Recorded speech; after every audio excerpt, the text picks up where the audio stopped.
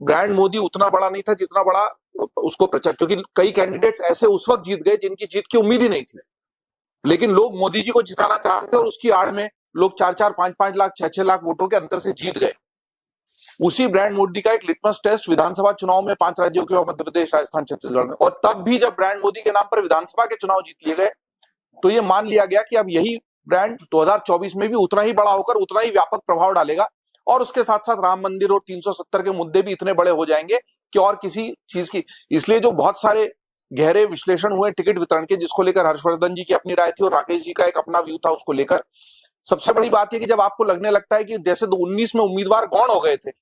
और एक व्यक्ति का प्रधानमंत्री पद पर चुना जाना बहुत बड़ा हो गया था, वैसा होता तो हम इस विश्लेषण को भी अलग दिशा में ले जा रहे थे। कैंडिडेट बिल्कुल गौण हुए थे 2019 में, और हमने सबने देखा है ऐसे ऐसे लोग चुनाव जीत गए जो शायद पार्षद के चुनाव में खड़े हो जाए तो जमानत जब्त हो जाए उनकी,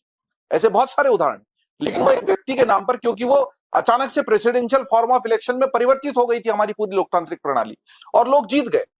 ऐसा ही सोचकर शायद इस बार के टिकट वितरण किए गए कि कोई लल्लू सिंह हो, कोई त्रिपाठी हो, कोई कुछ हो, चूंकि ऊपर से इतने सारे छाते तने हुए हैं ब्रांड मोदी के, राम मंदिर के, धारा 3, वो सारे छातों के भीतर ये सब अपने आप अपने अपने चुनाव, लेकिन ऐसा नहीं था तो अंदर की खदबदाहट ऊपर तक नहीं पहुंचना ये बहुत बड़ा कारण रहा। वहीं दूसरी ओर हमें ये भी बात करनी चाहिए थी कि जो शुरुआत में इंडिया गठबंधन लगातार अलग अलग तरीके से चर्चा में रहा और अपने आप को खड़ा भी नहीं कर पाया, वो बाद में जिस तरह के मुद्दे चुनाव में लेकर आया उससे उसको जो सफलता मिली है कि क्या उस तरह की सफलता को बेहतर, और जो दावे भी किए थे कि हम ही जीत जाएंगे हम, तो वो भी विश्लेषण होना चाहिए कि कहां कमी रह गई, और आज वो सरकार बनाने से अगर शुरुआत से ही पीछे हटे तो उसके पीछे जो कमियां हैं उनका विश्लेषण करना चाहिए। राजनीति और सत्ता को लेकर चूंकि समय हो गया, दो बातें हमेशा से महत्वपूर्ण रही और वो भी वही खबरों के खिलाड़ी के मंच से हम दोहराना भी चाहेंगे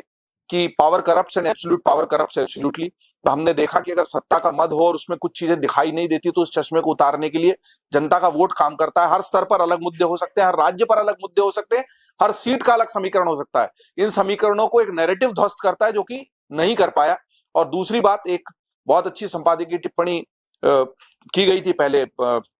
वरिष्ठ पत्रकार राजेंद्र माथुर जी ने, और उसमें उन्होंने लिखा था कि कांग्रेस किसी पार्टी का नाम नहीं है, वो एक फिनोमिना है, और कोई भी पावर में अगर आएगा तो शनै शनै कांग्रेस हो जाएगा। तो जब भी तब्दीली उस तरफ जाती है, जब आप पावर में आने के बाद अपने आदर्शों और सिद्धांतों को भूलने लगते हैं, तो अपने जो संघ और संगठन जिनके माध्यम से आप खड़े हुए हैं उनको भूलने लगते हैं, उसकी परिणति का सबक है। हर्षवर्धन जी कह रहे थे सबके लिए खुशी है, कुछ पार्टियों के लिए सबक है। हम उम्मीद करते हैं कि खुशी और सबक मिलाकर भारत का लोकतंत्र कुल मिलाकर मजबूत ही होगा। अगर आप ये वीडियो YouTube पर देख रहे हैं तो हमारे चैनल को सब्सक्राइब करें और बेल आइकन को दबाना ना भूलें। अगर आप Facebook पर ये वीडियो देख रहे हैं तो हमारे पेज को लाइक करें।